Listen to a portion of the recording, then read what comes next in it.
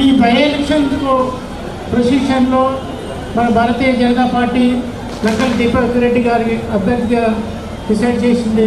కాబట్టి మనందరము యునైటెడ్గా కలిసి మనము ఈ ఎలక్షన్ పోటీ గెలిచిన మన అభ్యర్థికి అందరము ఓటేసి ఈ 20 రోజులు నిద్ర లేకుండా 24 అవర్స్ పనిచేసి మనం గెలిపించాలి.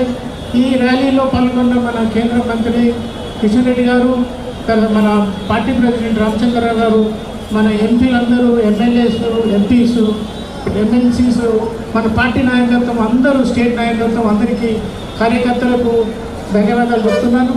మనం అందరము యునైట్గా ఉండి ఈ ఎలక్షన్ను మనకు నెక్స్ట్ ఎలక్షన్కు ఒక పునాది కాబట్టి మనందరము ప్రతి ఒక్కరూ, ప్రతి కార్యకర్త, ప్రతి ఓటర్ ఇంటికి వెళ్ళి మనం కలిసికట్టుగా పనిచేసి గెలిపించుకోవాలి.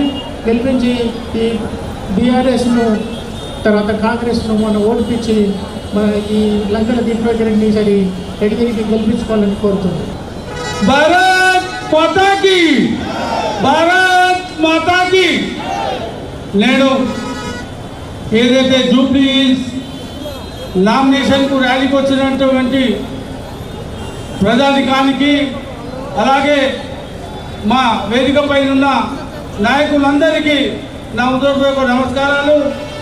సోదరులారా, ఇవాళ ఈ election, Jubilee election Bharatiya Janata పార్టీకి పునాది అని ఈ ప్రజానికానికి నేను తెలుపుతూ, ఇవాళ ఈయన ఎలక్షన్ ఇక్కడ భారతీయ జనతా పార్టీ और మైనారిటీస్ల మధ్య ఎలక్షన్ ఇది.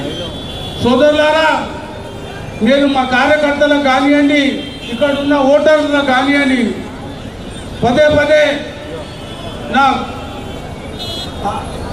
కోరిక ఏంటంటే, ఇవాళ ఇంటింటికి పోయి ఈ ఎలక్షన్లో ఎవరు గెలిస్తే బాగా, కాంగ్రెస్కు ఓటేస్తే హైదరాబాద్లో ఏం జరుగుతుంది, ఇవాళ మేము ఓల్డ్ సిటీలో ఉంటాము, మాకు ఎంత ఇబ్బందో ఈ ఎంఐఎం వాళ్ళు, కాంగ్రెస్ వాళ్ళు కలిసి చేస్తున్నారో, రేపు ఈడ ఈ కాంగ్రెస్ అభ్యర్థి గెలిస్తే రేపు ఆ ఇబ్బందులు మీకు కూడా వస్తాయని నేను ఈ సభాముఖంగా తెలుపుతూ, సోదరులారా, ప్రతి కార్యకర్త దీపక్ రెడ్డి అనుకొని ఇంటింట మేము 40 మంది కార్పొరేటర్లము ఇదే కాన్స్టిట్యున్సీలో ఉంటూ ప్రతి బూతుకు ఒక కమిటీ వేసుకున్నాము.